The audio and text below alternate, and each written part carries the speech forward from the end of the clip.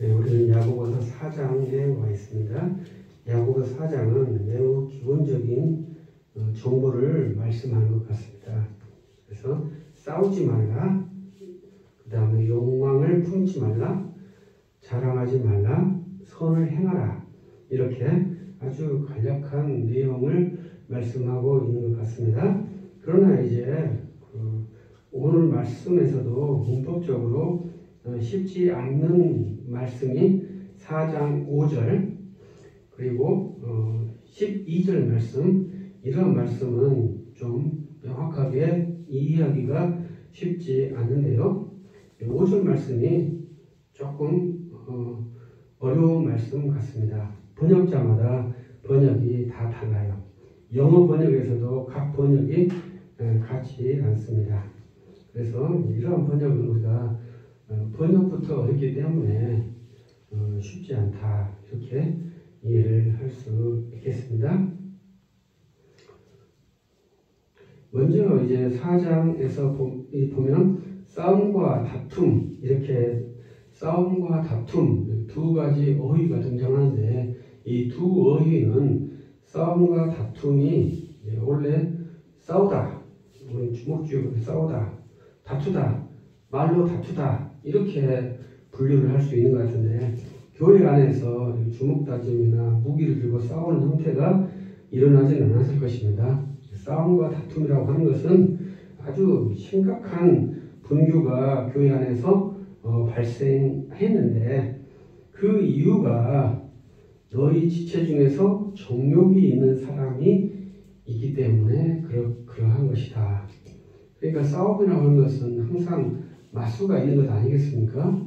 그래서 정욕이 있는 사람이 있고, 또 반대로 정욕을 부정하는 좀 더 경건한 그런 사람이 있다, 이렇게 볼 수 있는데, 이 야고보서의 말씀을 보면요, 진리의 싸움이 아닌 그 욕심의 싸움으로 볼 수 있습니다. 그래서 교회가 논쟁이 발생하는데, 논쟁의 요인은 진리와 비진리의 문제, 그래서 거짓 가르침이 정통신학, 구원 얻는 교리를 박해하는 현상 때문에 교리적 분쟁이 발생하고요. 또 오늘 야고보에 있는 교회에는 감정적이고 탐욕적인 부분에 의한 교회의 분쟁이 발생한 것으로 추측을 할 수 있습니다. 그것도 싸움과 다툼이 일어난 것이니까 굉장히 심하게 발생하였다, 이렇게 추측할 수 있습니다. 우리 교회가 결코 쉽지 않은 것이죠. 야고보 교회는 AD 41년에 쓰였다고 추측을 하는데, 2000년 전에도 이러한 분교가 있었고요. 그 지구 한 바퀴 거의 돌아와서 대한민국의 교회들도 이런 동일한 패턴의 분쟁이 발생하고 있죠. 그래서 하나님 말씀이 여상한 것이 조금 여기에서는 좀 좋지 않죠. 2000년 전에 분쟁이 일어났던 것이 한국교회에서는 일어나지 않았으면 좋았을 것인데, 한국교회도 여전히 유사한 패턴, 동일한 패턴이 반복되고 있습니다. 그러면서 이제 2절에 욕심을 내어도 얻지 못하며 살인하며 시기하여도 능히 취하지 못함으로 싸운다, 이렇게 말씀을 하고 있습니다. 그러니까 이제 싸움을 왜 싸우느냐, 싸우는 이유는 사람이 욕심을 내어도 그것을 얻지 못하고, 또 살인해도 시기하여도 취할 수 없기 때문에 싸운다, 이렇게 말하는데, 그게 참 희한하죠. 이래도 못하고 저래도 못하면 싸우지 않아야 되지 않습니까? 그래서 싸운다는 것이죠. 그래서 우리 말에는 좀 고약한 말은 못 먹는 감 찔러나 본다라는 아주 고약한 속담이 있죠. 그러한 싸움이라고 봐야죠. 내가 먹지도 못하고 그러는데 억지로 싸움을 내고 있는 그러한 것인데요. 그런데 왜 이렇게 싸우느냐? 첫 번째는 너희가 구하지 않고 있다. 우리는 기본적으로 결핍이나 문제가 발생하면 기도를 해야 됩니다. 그런데 기도에도 받지 못하면 정력으로 쓰려고 하는 구함이기 때문에 그렇다. 이렇게 말해서 우리가 기도할 때 이 말씀을 잘 사용하는 말인데요. 이 말씀을 본문에 제한해서 한번 사용을 해야 한다고 말씀을 드리고 싶습니다. 그러니까 교회에서 분쟁이 발생했을 때 양쪽 진영에 주님을 믿고 있지 않습니까? 혹은 한쪽은 주님을 믿고 있고 한쪽은 주님을 믿지 않는다. 또 양쪽 다 주님을 믿지 않는다. 이러한 함수들이 있을 거 아닙니까? 그런데 이제 두 번째, 둘 다 한쪽은 믿고 한쪽은 믿지 않는다. 이러한 함수에서도 구하여도 구할 수 없다는 것이 오늘 이 말씀에 굉장히 어려운 말씀이라고 생각해요.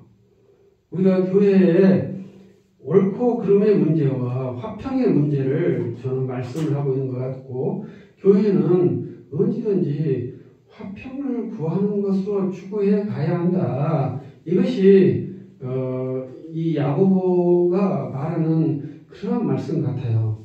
그래서 우리의 기본적인 양심으로는 틀린 것은 제거해버리고 옳은 것은 갖고 가야죠. 이렇게 볼 수 있는데, 여기에서 분쟁이 일어났는데 오른쪽을 선택하라 이런 말이 없지 않습니까?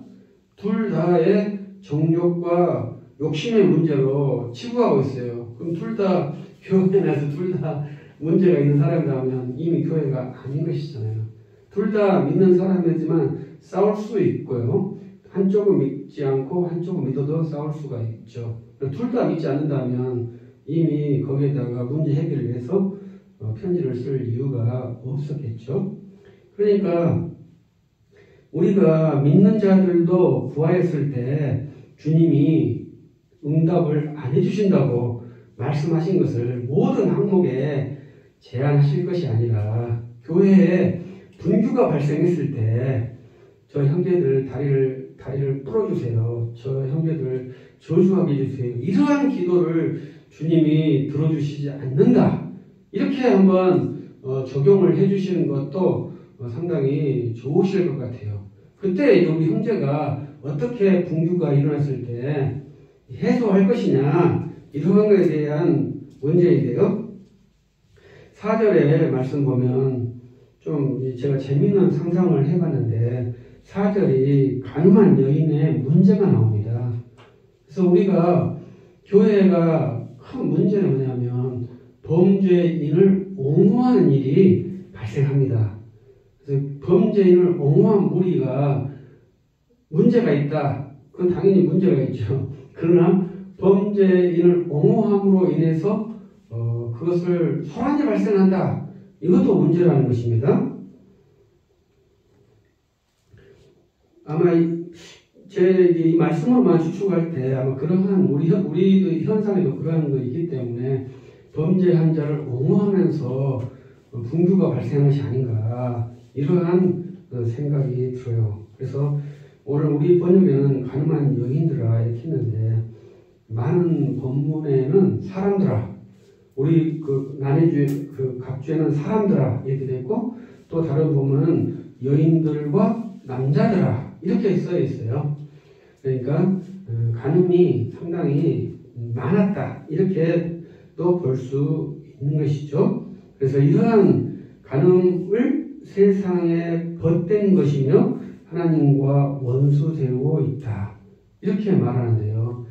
이제 저는 이 말씀을 보면서 그 간음한 사람, 문제 있는 사람, 여기에만 해당되는 게 아니고 간음하지 않는 사람, 그 정결한 사람, 이런 사람까지 함께 있다라고 말씀을 드리고 싶은 거예요. 왜냐하면 분규가 함께 있는 거잖아요. 지금 간음한 사람만 분규가 있는 게 아니고 거기에 대척점에 있는 간음하지 않는 정결한 사람들도 거기에 포함되어 있다고 지금 교회를 제가 추측이 되기 때문에, 너희 범죄하지 않는 사람들아, 너희는 어떻게 할 것이냐, 이렇게 말하는 것이죠. 저들이 세상의 방식을 따라서 죄를 범하기 때문에 너희들도 세상의 방식을 따라서 저들을 판단할 것이냐, 이것을 질문하고 있는 것 같아요.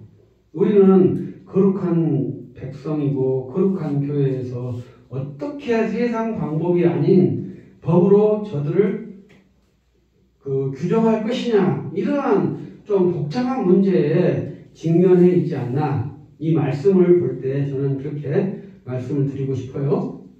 그래서 갑자기 5절에서 성령이 영이 나오고요. 그 다음에 교만과 겸손이 나오게 됩니다.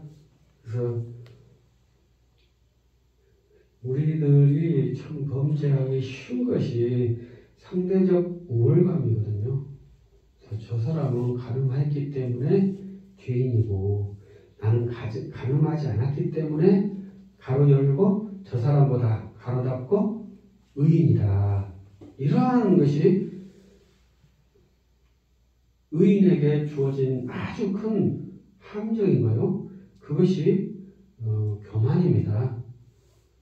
죄가 똑같아요. 가늠한 죄나 형제를 미워한 죄거든요. 똑같아요. 그래서 5절 말씀 보면 우리 속에 거하신 성령이 시기하기까지 사모한다. 우리 안에 거하신 성령. 그래서 저는 여기서 로마서 7장과 8장을 생각이 들어요. 그래서 로마서 7장에서는 우리 겉사람과 속사람, 성령의 소욕과 육신의 소욕이 끊임없이 다투고 있는 모습을 말하고 있고, 이 8장에서는 결코 정죄함이 없다. 이렇게 해서 8장 중간부에 끝나는데, 이 로마서의 말씀은 8장, 7장 거꾸로 와 있는 것 같아요. 근데 우리가 이제 두 마음으로 육신의 소욕으로는 저놈은 나쁜 놈이고 범죄했어, 가늠의 죄를 범했어, 이러한 육신의 욕망이 막 올라오지만 그 성령의 소욕은 뭐라고 말하느냐? 너희 마음을 겸손케 하라. 이렇게 두 마음이 지금 충돌하는 상태로 너희가 있는데, 너희는 교만하지 말고 겸손해야 한다. 이것을 지금 이제 범죄하지 않는 사람에게 지금 요구하고 있다. 범죄한 사람은 당연히 범죄의 말미암아 범죄한 대가로 징계를 받아야 되겠죠. 그러나 문제는 그 범죄하지 않는 사람에게 있거든요.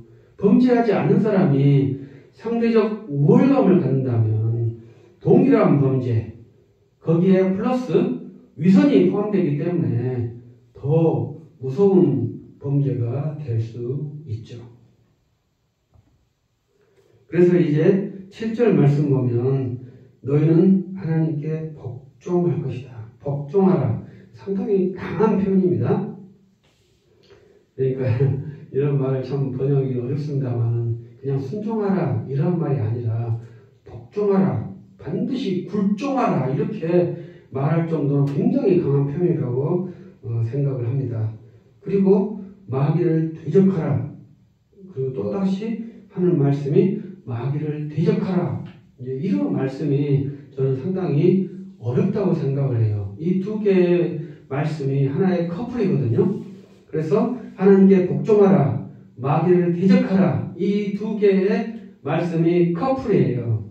그런데 이것을 따로 떼면 안 되고 항상 커플로 갖고 다녀야 된다 이 말이죠. 그런데 우리는 가끔 이것을 떼어서 하나님께 복종하라를 떼어버리고 마귀를 대적하라 이 말만 사용할 때가 있죠. 그러면 이제 방향성에서 약간 문제가 발생하게 될 것 같아요. 그래서 마귀를 대적하라는 말이 성경에 합당한 말씀이시지만 앞에 있는 하나님께 복종하라 이 말씀이 선행하는 것이고요. 이 복종하는 것을 반대하게 하는 것이 마귀의 획책이지 않습니까? 그렇기 때문에 마귀를 대적해야 하는 것이죠. 그러면 너희를 피하리라. 그래서 피하리라 해서 6절 말씀에는 어떻게 되어 있나요? 하나님께 가까이 가라 이렇게 말씀하잖아요. 마귀에 대적하는 것이 나오는 결과가 뭐예요? 하나님께 가까이 가는 거예요. 근데 우리는 마귀에 대적하려면 마귀 앞에 서는 것을 생각할 수 있거든요. 우리가 그림을 그릴 때. 그런데 그러지 않고 마귀를 대적하면 하나님께 가까이 가는 것으로 8절에서 말씀을 하고 있죠. 그래서 하나님께 가까이 가면 하나님께서 우리에게 가까이 오신다. 똑같은 말이죠. 가까이 가니까 가까이 오는 것, 똑같은 말씀이죠. 그래서 우리가 하나님께 순복하는 것, 마귀를 대적하는 것이 곧 하나님께 가까이 가는 것이다. 이렇게 말씀할 수 있습니다. 그래서 제가 이 말씀을 할 때 브레이크와 악셀레타 이렇게 악셀레다 이렇게 분석을 하고 싶더라고요. 대적하라는 것은 악셀레타, 그 다음에 가까이 가라는 순복하라는 악셀레타, 브레이크, 악셀레타. 근데 브레이크를 풀어야 갈 거 아닙니까? 브레이크와 악셀을 같이 밟으면 굉장히 자동차 조작이 이상한 거지 않습니까? 이 두 개를 정확히 해서 하나님께 악셀을 밟아야 되고 브레이크를 떼어내야 되는 것이죠. 그러면 우리가 하나님께 가까이 가고 있는데 브레이크를 완전히 떼어내면 악셀이 밟은 대로 빨리 가는데 악셀을 밟고 브레이크를 밟고 두 개를 같이 하면 약간 작동이 굉장히 불안전하겠죠. 이런 걸로 이제 비유가 생각이 났고요. 그러한 것을 이제 손을 깨끗하게 하라, 마음을 청결하게 하라, 그리고 슬퍼하며 애통하라. 그리고 10절에 겸손을 다시 한번 말하고 있습니다. 6절에서 겸손, 10절에서 겸손, 반복해서 말씀을 하고 있습니다. 11절 말씀이 이제 좀 11절, 12절 말씀은 좀 어렵다고 그랬죠. 그것은 우리 번역이 좀 쉽지 않기 때문이기도 그렇습니다. 그것은 우리가 먼저 형제를 비방하지 말고 판단하지 말라. 이것이 주요 내용이겠죠. 그런데 왜 그러느냐? 근데 이 말씀을 보면 율법을 비방하고 율법을 판단하는 것이라 내가 만일 율법을 판단하면 율법의 준행자가 아니고 재판관이로다. 이렇게 되어 있는데요. 이 말씀이 좀 어려워요. 그래서 우리가 형제를 판단하면 왜 율법을 비판하고 율법을 판단하는 것인가? 이게 안 맞는 것이라 좀 어렵습니다. 그래서 우리는 근본적으로 보면 우리는 율법을 지키는 자입니다. 그래서 율법이 나에게 1대1로 적용되어 있어요. 그 율법은 항상 나에게 적용되는 말입니다. 이 율법을 타인에게 적용할 수 없다는 말이에요. 그래서 이 율법에 문제가 있을 때 그것은 언제나 나에게 제한돼서 율법을 적용시키지 그 율법을 가지고 타인에게 적용시키지 말라는 것으로 의미를 이해하는 것이 좋을 것 같아요. 그래서 율법이 그래서 율법을 가지고 판단하면 너희가 준행자, 율법을 지키는 자가 아니라 율법을 판단하는 재판관이 된다. 이렇게 말하는데 이것이 가벼운 일이 아니다라는 것이 12절에 말씀하고 있어요. 왜냐하면 율법의 재판관은 오직 한 분이시다. 율법의 입법자와 율법의 재판관이 동일하신 한 분이에요. 그런데 우리 야고보 목사님은 한 분이 누군지 정확하게 말씀을 안 하시죠. 성경이 재밌는 것은 이렇게 명확하게 말하지 않는 것 때문에 그렇습니다. 그러나 우리가 이러한 것을 우리가 이제 훈련하게 되면 이 한 분은 예수 그리스도시거든요. 율법의 제정자가 예수 그리스도시고 율법의 판단자가 예수 그리스도시에요. 그것을 야고보 목사님이 굉장히 정확하게 말씀을 하고 계십니다. 그래서 그분이 구원하시기도 하고 그분이 멸하시기도 하는 그러한 심판주예요. 그런데 너가 재판관이냐? 이렇게 물어보는 거죠. 너가 형제를 판단하는 것은 주님의 일을 참칭하는 거야. 그렇기 때문에 얼마나 위험한 일이라는 것을 알 수 있잖아요. 그래서 우리가 형제가 형제를 비방하고 판단하는 것이 매우 어려워요. 그래서 우리가 교회에서 그것을 못하도록 하는 것이 또 우리 사회에서도 마찬가지입니다. 제가 항상 우리가 함께 훈련하는 것은 너의 할 일을 너가 감당해서 너가 할 일을 수행하여 성취하라. 이거 저가 함께 훈련하는 것이지 않습니까? 다른 사람 일을 판단하다가 내 일을 하지 못하는 것이 불충이라는 것이죠. 더 큰 문제는 주님이 할 일을 내가 참칭해서 하는 것이기 때문에 아주 심각한 문제가 발생하게 됩니다. 그래서 이웃을 판단하는 것이 아주 무서운 수준이다. 상상할 수 없는 수준이다. 너희들은 그것을 알아야 한다. 그러니까 형제를 비방하지 말라. 형제를 판단하지 말라. 이렇게 주장을 하는 것입니다. 근데 이제 제가 이제 김효성 박사님의 이렇게 강의를 같이 보고 있는데요. 그분이 이 말씀을 하면서 그러면 진짜 판단하지 말라는 말이냐? 이렇게 말씀하셨어요. 네, 진짜로는 서로 상호 판단을 해야 합니다. 진짜 우리 매뉴얼에서는 그렇지만 그것이 양심의 문제 또 교회 질서의 문제를 해치지 않아야 한다는 것이죠. 사람은 모두가 다 자기 기준을 갖고 있기 때문에 그 기준을 잘 공유하는 것이 교제예요. 내가 당신을 판단하는 것이 교제가 돼요. 그런데 그것이 부정적인 의무로서 판단을 말하는 것입니다. 그런데 교회는 공적인 기관이기 때문에 공적인 기관은 공적인 판단을 할 수 있는 것이 있어요. 그래서 목사가 공적인 판단을 하는 공적 인격이 있는데 가끔 목사가 판단을 하면 이제 판단을 받는 사람이 너는 하나님 앞에 흠도 없어? 이렇게 질문할 수 있지 않습니까? 똑같은 흠이 있는 똑같은 사람이죠. 그런데 그 사람이 판단을 하는 것은 흠이 있고 없고의 문제가 아니라 공적인 신분이 있기 때문에 그 공적인 신분의 근거에서 판단하는 것이지 그 판단한 사람이 흠이 없어서 판단하는 것이 아닙니다. 우리 대한민국 판사님들도 오판도 많이 하시잖아요. 그분들도 소소한 범죄도 잘못도 하시지 않겠습니까? 그러면서도 그분들이 판단을 하시잖아요. 그러면 우리가 당신은 죄 없어? 이렇게 항의를 못 하잖아요. 항의를 해도 소용이 없죠. 왜냐하면 국가는 무력을 갖고 있는 인격이지 않습니까? 그래서 우리들이 거기 무력에 굴복하든지 그 판사의 권위에 굴복을 하든지 그렇게 하는 것이죠. 근데 우리 교회에는 권위가 어떤 권위가 있는가요? 우리 영적인 권위밖에 없거든요. 이 영적인 권위로 성도를 통제하지 못하면 이미 교회는 그 기능을 상실하는 것이죠. 그래서 참 이 교회가 쉽지 않는 것 중에 하나가 영적인 권위예요.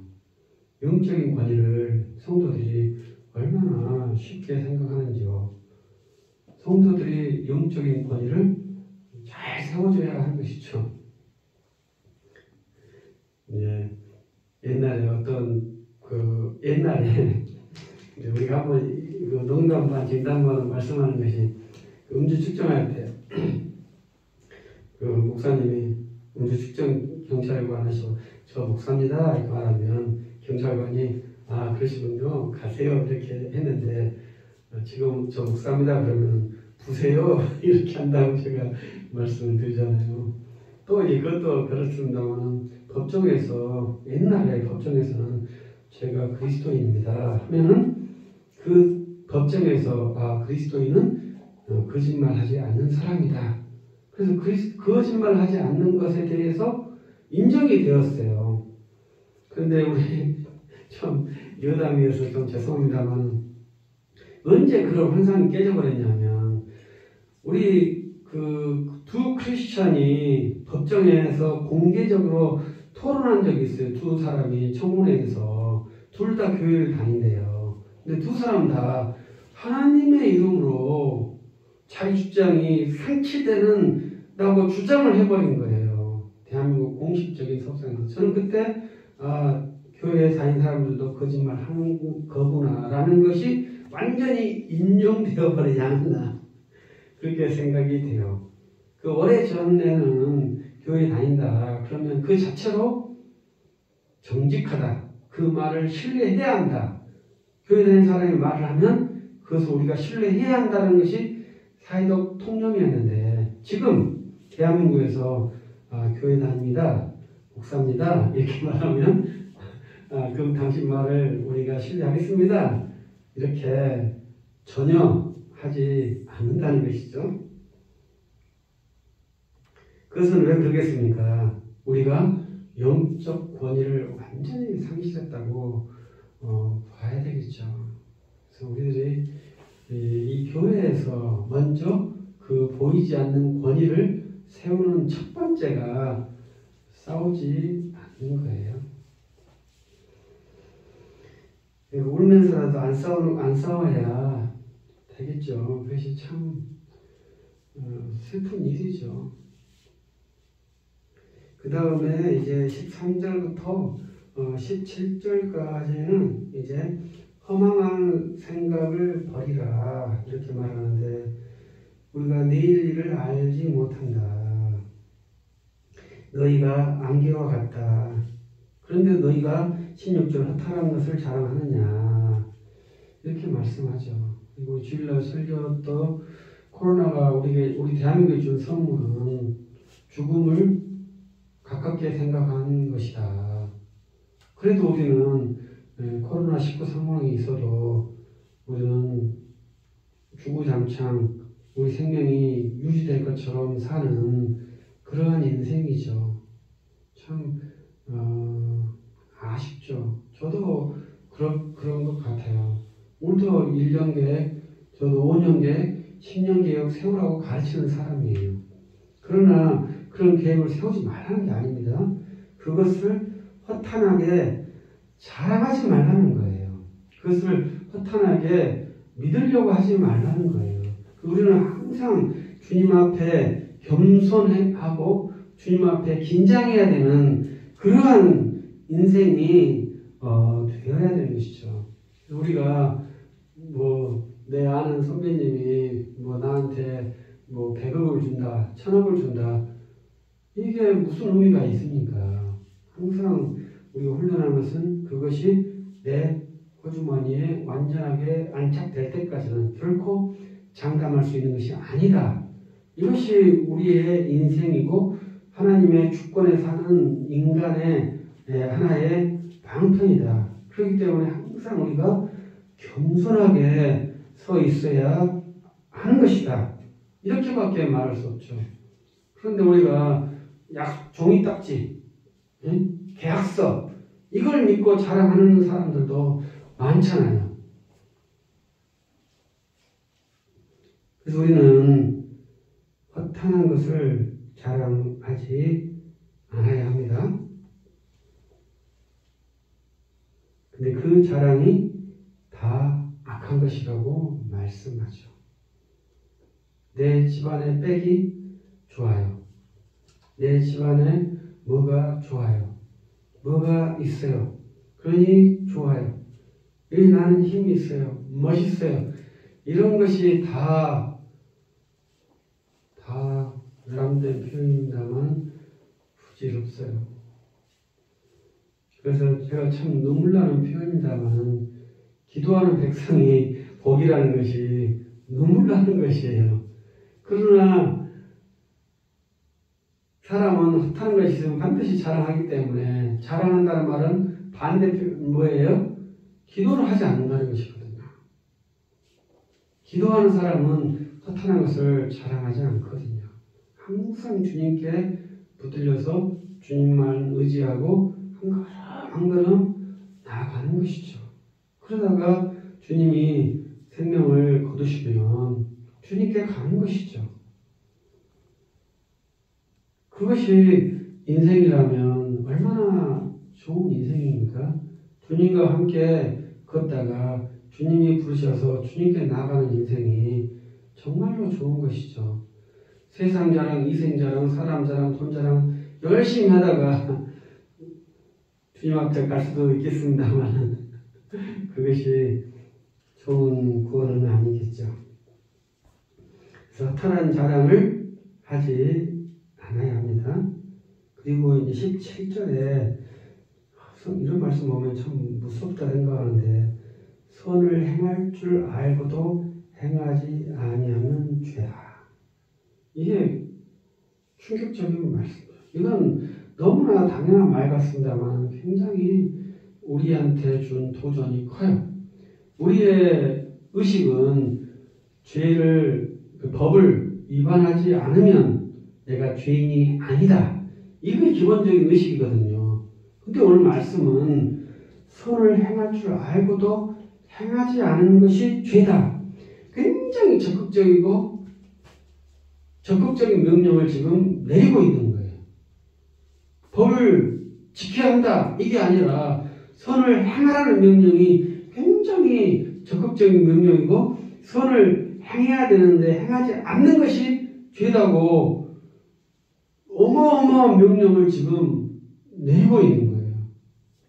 근데 우리는 좀 외람된 편입니다만 선을 행해야 되는데 선을 못 행할 때가 저는 많다고 생각해요. 그것은 왜 그러냐면 무능 때문에 그러거든요. 무능도 죄입니다. 그래서 그 무능을 능력 있게 해달라고 계속 저도 주님께 구하거든요. 그런데 주님이 안 들어주시죠. 왜냐하면 너 네 좋으려고 하는 거지 이렇게 능력을 안 들어주시니까 계속 기도를 하고 주님께 선을 행할 수 있는 능력을 요구를 하죠. 그런데 선을 행하고 싶지만 능력이 없어서 행하지 못하는 무능까지도 저는 죄라고 생각해요.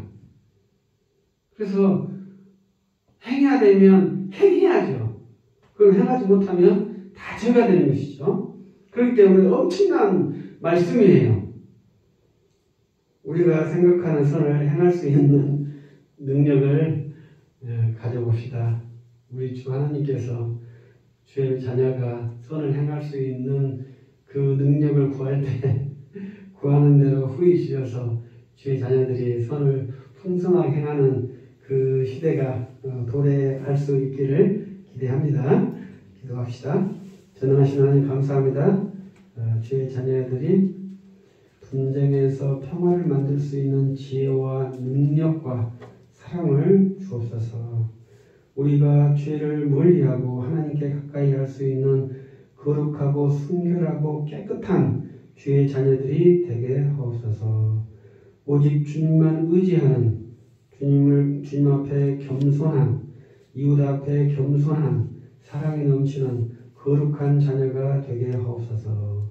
주께서 나에게 주신 율법을 타인에게 적용하지 않게 하시옵고 오직 나에게 적용함으로 주님 앞에 온전케 되는 거룩한 주의 자녀, 율법에 순종하여 지키는 행하는 거룩한 자녀가 되게 하옵소서.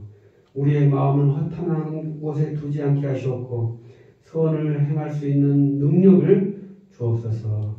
오직 주님만 믿으며 주님께 나아가며 주님의 이름을 전하기 원하나이다. 주여 성령의 권능을 주셔서 우리가 주의 자녀가 주의 교회가 땅 끝까지 주의 생명의 복음을 주의 생명의 이름을 전파하게 하옵소서. 주 예수 그리스도의 이름으로 기도합니다. 아멘.